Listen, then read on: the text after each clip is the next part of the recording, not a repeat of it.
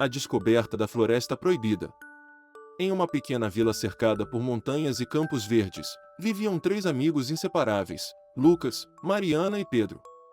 A vila era um lugar tranquilo, e todos os dias os três amigos se encontravam para explorar os arredores.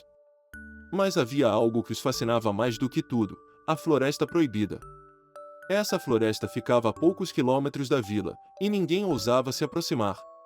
Os mais velhos contavam histórias misteriosas sobre o lugar, dizendo que qualquer um que entrasse lá jamais voltaria. Diziam que a floresta era viva e guardava segredos antigos e perigosos. Certa manhã ensolarada, enquanto brincavam perto do rio, Lucas fez uma proposta que fez os outros dois pularem de susto. "Por que não vamos descobrir o que há realmente na Floresta Proibida?", disse ele com um sorriso aventureiro. Mariana olhou surpresa. "Mas, você ouviu as histórias. E se nos perdermos? E se for realmente perigosa?" Pedro, sempre o mais calmo do grupo, respondeu: "Talvez seja só uma lenda, talvez não seja tão assustadora quanto dizem." Depois de alguma discussão, a curiosidade venceu. Decidiram preparar uma mochila com suprimentos, lanternas e um mapa que eles mesmos desenharam. Estavam prontos para a aventura de suas vidas. Dentro da floresta misteriosa. Na manhã seguinte, ao nascer do sol, começaram a caminhar em direção à floresta. O ar estava fresco e o céu limpo, mas à medida que se aproximavam da floresta, um leve vento frio começou a soprar. As árvores na entrada eram enormes, com galhos entrelaçados que bloqueavam a luz do sol. "Este lugar é realmente assustador", sussurrou Mariana enquanto eles entravam na floresta. Pedro fez uma marca em uma árvore com giz, como haviam planejado, para não se perderem. Cada passo parecia levá-los mais fundo em um mundo diferente. O silêncio era ensurdecedor, quebrado apenas pelo farfalhar das folhas sob seus pés. Enquanto caminhavam, perceberam que as árvores começavam a mudar. As raízes eram retorcidas e pareciam formar figuras estranhas.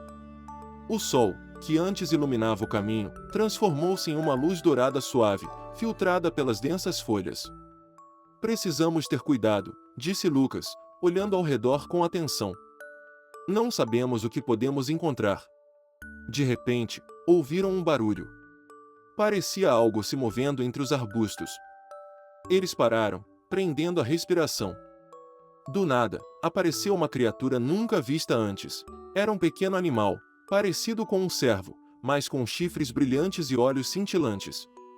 "O que é isso?", perguntou Mariana em voz baixa. O animal se aproximou lentamente, parecia curioso, mas não hostil. Pedro estendeu a mão, e a criatura permitiu que ele acariciasse. "Acho que ele quer nos mostrar algo", disse Lucas, observando como o animal se movia à frente, como se quisesse guiá-los. A descoberta do segredo. Eles seguiram o animal por um caminho que parecia se abrir magicamente entre as árvores. Quanto mais caminhavam, mais a paisagem mudava. As árvores eram maiores, e de suas raízes cresciam plantas estranhas que brilhavam, iluminando o caminho com uma luz verde azulada. Após uma longa caminhada, chegaram diante de uma gigantesca porta de pedra incrustada entre duas colinas. Ela estava coberta de musgo e antigos símbolos esculpidos.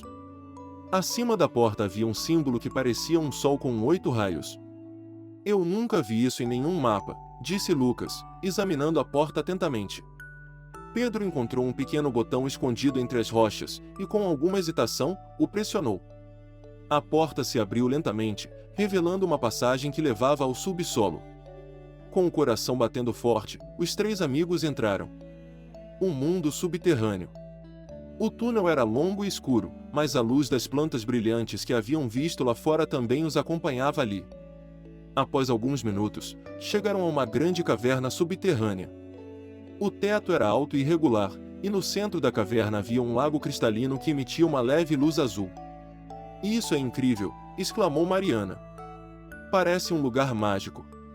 Perto do lago, havia uma antiga estátua de pedra que representava uma criatura metade homem e metade animal, com asas abertas como se estivesse protegendo o lago. Pedro se aproximou da estátua e notou que ela segurava um pequeno cristal. Quando ele tocou o cristal, ele começou a brilhar intensamente, iluminando toda a caverna. "Olhem!", exclamou Lucas, apontando para o teto da caverna. Acima deles, apareceram constelações que se moviam lentamente, formando desenhos de animais e símbolos desconhecidos. Era como se o cristal tivesse ativado um antigo mecanismo que mostrava um mapa secreto. Acho que encontramos algo realmente importante, disse Pedro, com os olhos cheios de admiração. À volta. Depois de explorar o lugar e anotar alguns detalhes em seu caderno, os amigos decidiram que era hora de voltar.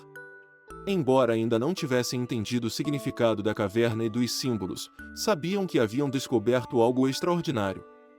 Eles saíram da caverna e, seguindo as marcas que Pedro havia deixado, encontraram o caminho de volta para fora da Floresta Proibida.